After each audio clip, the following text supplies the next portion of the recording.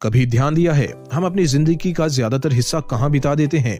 साल के करीब 260 दिन ऑफिस में, दिन के 8 से 9 घंटे काम और महीने के आखिर में एक सैलरी जो आने से पहले ही खर्च हो चुकी होती है। अब जरा एक सिचुएशन इमेजिन करो। मान लो कल सुबह उठते ही आपको एक मैसेज आता है, आपके अकाउंट में 1 लाख रुपए क्रेडिट हुए। ये बोनस हो सकता है, इंश्योरेंस का पैसा या फैमिली से मिला हुआ। अब सवाल ये नहीं है कि पैसा आया या नहीं, सवाल ये है अब इसका करोगे क्या? सबसे पहले तो आप दोस्तों से पूछोगे। एक दोस्त बोलेगा एफडी में डाल दे भाई, सेफ है, कम से कम डूबेगा तो नहीं। दूसरा बोलेगा अरे पागल है क्या, स्टॉक मार्केट में डाल, अभी डाल पैसा डबल होगा।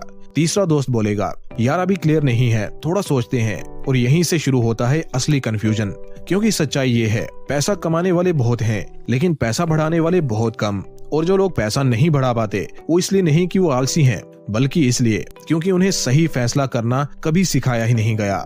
आज की वीडियो उन्हीं लोगों के लिए है जो पैसा सिर्फ कमाना नहीं, समझदारी से बढ़ाना चाहते हैं। आज हम कोई भारी भरकम फाइनेंस की थ्योरी नहीं पढ़ेंगे। आज हम आसान भाषा में समझेंगे लमसम क्या होता है, नॉर्मल एसआईपी कैसे काम करती है, मॉडिफाइड एसआईपी या स्मार्ट एसआईपी क्या है, और सबसे जरूरी कौन सा तरीका आपके लिए सही है। लेकिन किताबों की भाषा में नहीं, एक रियल लाइफ कहानी के जरिए। 3 आम लोग, 3 अलग सोच और 3 अलग नतीजे, क्योंकि कहानियों से मिली सीख तुरंत दिल तक उतर जाती है और हमेशा याद भी रहती है। तो चलिए शुरू करते हैं। ये कहानी है 3 दोस्तों की, रोहन, मीरा और अर्जुन की। तीनों की इनकम लगभग सेम, कोई बहुत अमीर नहीं, कोई बहुत गरीब भी नहीं, बस टिपिकल मिडिल क्लास लोग। तीनों का सपना भी एक ही था, 5-7 साल में ऐसी वेल्थ बनाना कि पैसे को लेकर डर खत्म हो जाए। लेकिन फर्क था उनके सोचने के तरीके में, और वही फर्क आगे चलकर उनकी पूरी फाइनेंशियल लाइफ बदल देता है। सबसे पहले रोहन, अभी डालो वरना मौका निकल जाएगा वाला इंसान। रोहन के साथ एक दिन कुछ ऐसा होता है जो जिंदगी में कभी कभी सबके साथ होता है। उसके पापा उसे 1 लाख रुपए दे देते हैं, बोनस जैसा अनएक्सपेक्टेड पैसा।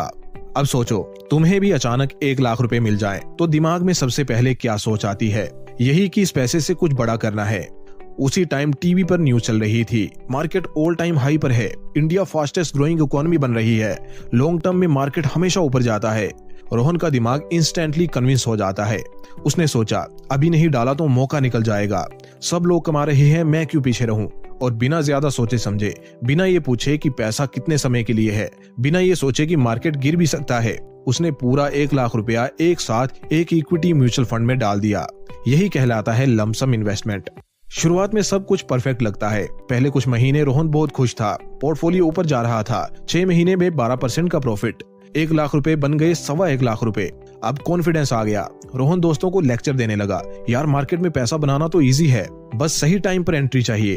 अंदर ही अंदर वो सोचने लगा काश और पैसा डाला होता, लेकिन मार्केट को आपका कॉन्फिडेंस पसंद नहीं आता। फिर अचानक क्रैश हुआ। कुछ महीनों बाद न्यूज बदल गई, ग्लोबल टेंशंस, इंटरेस्ट रेट्स बढ़ने लगे, फॉरेन इन्वेस्टर्स पैसा निकालने लगे, मार्केट धीरे धीरे गिरने लगा। 10%, 15% और फिर लगभग 20% तक गिरावट आ गई। रोहन रोज पोर्टफोलियो चेक करता, दिल तेज धड़कता। 1 लाख रुपए का इन्वेस्टमेंट 90,000 रह गया, फिर 85,000 और एक दिन देखा तो 82,000 ही रह गया। अब लॉजिक नहीं, इमोशन काम कर रहा था। डर, पैनिक, नींद खराब। उसके दिमाग में सिर्फ एक ही बात, और नीचे गया तो क्या करूंगा। और उसी डर में रोहन ने वो कर दिया जो ज्यादातर लोग करते हैं, लॉस में विड्रॉल।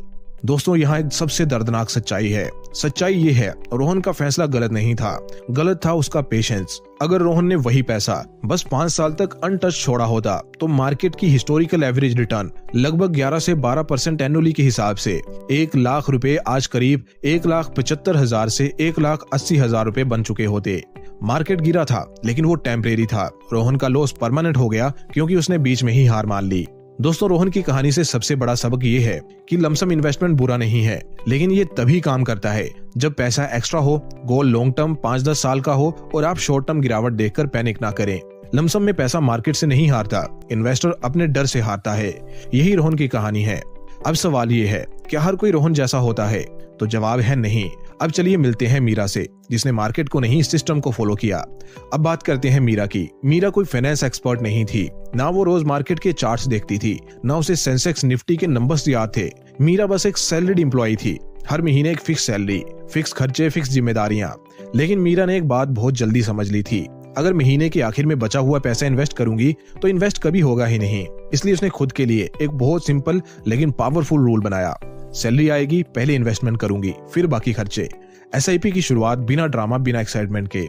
मीरा ने कोई बड़ा रिस्क नहीं लिया। उसने डिसाइड किया हर महीने 10,000 रुपए की एसआईपी, ना ज्यादा न कम, बस इतना कि उसकी लाइफस्टाइल डिस्टर्ब ना हो और कंसिस्टेंसी बनी रहे।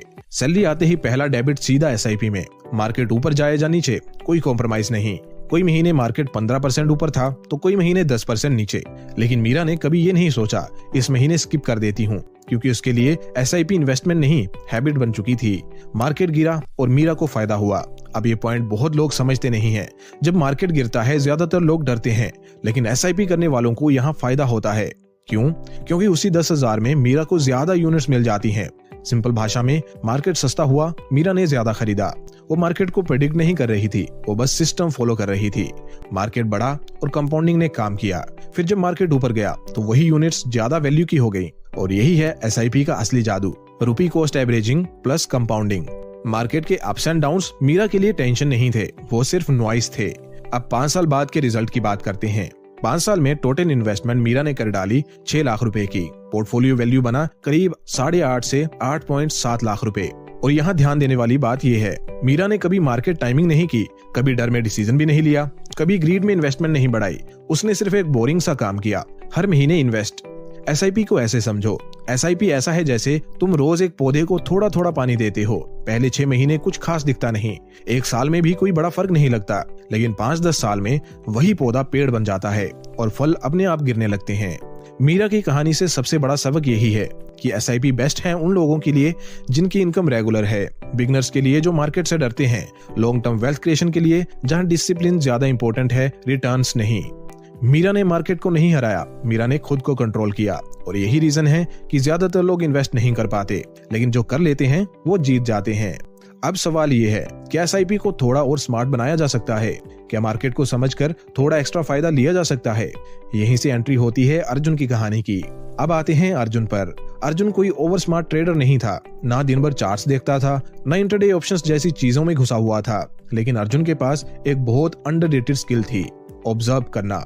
वो चुपचाप दोनों को देख रहा था। रोहन को देखा, मार्केट गिरा, कॉन्फिडेंस टूटा, पैनिक आया और लॉस में एग्जिट हो गया। मीरा को देखा, मार्केट गिरा लेकिन एसआईपी चलती रही, कोई ड्रामा नहीं, कोई डर नहीं। अर्जुन ने वहीं एक बात समझ ली, प्रॉब्लम इन्वेस्टमेंट मेथड में नहीं है, प्रॉब्लम रिएक्शन में है। इसलिए उसने बीच का रास्ता सोचने वाला दिमाग लगाया। अर्जुन ने खुद से सवाल पूछा, क्या मैं एसआईपी की डिसिप्लिन रख सकता हूँ, लेकिन मार्केट गिरने पर थोड़ा ज्यादा फायदा भी उठा सकता हूँ? वो ना तो पूरा गैम्बल करना चाहता था और ना ही बिल्कुल पैसिव रहना चाहता था। यहीं से उसके दिमाग में एक आइडिया आया, मॉडिफाइड एसआईपी का, या कहो स्मार्ट एसआईपी। मॉडिफाइड एसआईपी असल में होती क्या है? पहले नॉर्मल एसआईपी को समझो।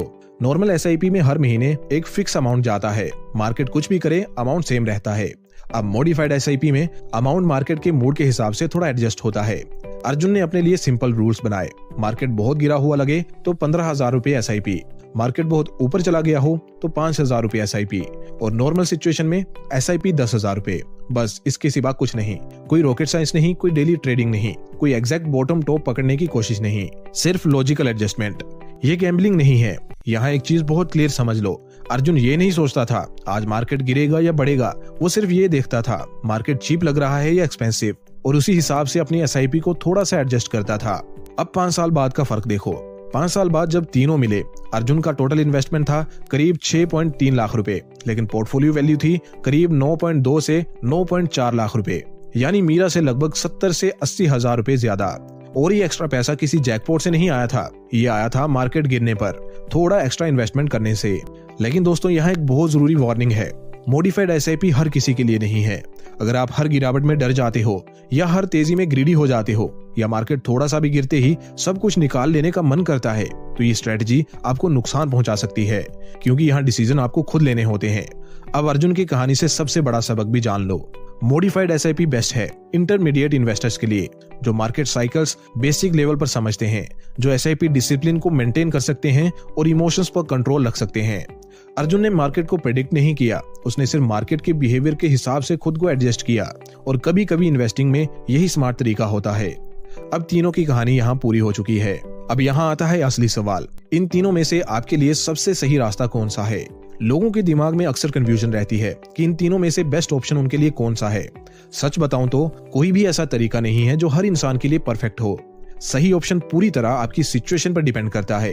अगर आपके पास एक बार में बड़ा पैसा है और गोल 5 से 10 साल का है तो लमसम आपके लिए ठीक है। अगर आप हर महीने सैलरी कमाते हो और धीरे धीरे सेफ तरीके से वेल्थ बनाना चाहते हो तो नॉर्मल एसआईपी बेस्ट है। और अगर आप मार्केट को थोड़ा समझते हो, गिरावट देखकर घबराते नहीं और थोड़ा एक्टिव रह सकते हो तो मॉडिफाइड एसआईपी एक स्मार्ट ऑप्शन हो सकता है।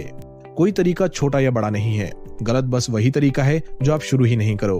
अब सबसे बड़ी सच्चाई सुनो, इन्वेस्टमेंट में मेथड उतना इंपॉर्टेंट नहीं है जितनी की कंसिस्टेंसी। गलत तरीका भी अगर 10 साल लगातार किया जाए तो पैसा बना देता है, लेकिन सबसे परफेक्ट स्ट्रेटेजी भी अगर बीच में छोड़ दी जाए तो रिजल्ट 0 आता है। वेल्थ कभी ओवरनाइट नहीं बनती, वेल्थ बनती है छोटे छोटे बोरिंग फैसलों से जो आप सालों तक रिपीट करते हो। अब दोस्तों आपकी बारी है। अब मुझे बताओ आप किस टाइप के इन्वेस्टर हो, रोहन जैसे लमसम इन्वेस्टर, मीरा जैसे डिसिप्लिन्ड एसआईपी या अर्जुन जैसे स्मार्ट एसआईपी इन्वेस्टर? कमेंट में जरूर बताना। अगर वीडियो से थोड़ी भी क्लैरिटी मिली हो तो लाइक भी कर देना, शेयर भी कर दो अपने दोस्तों के साथ और सब्सक्राइब भी कर दो, क्योंकि यहाँ हम सिर्फ पैसा कमाने की नहीं, समझदारी से बढ़ाने की भी बात करते हैं।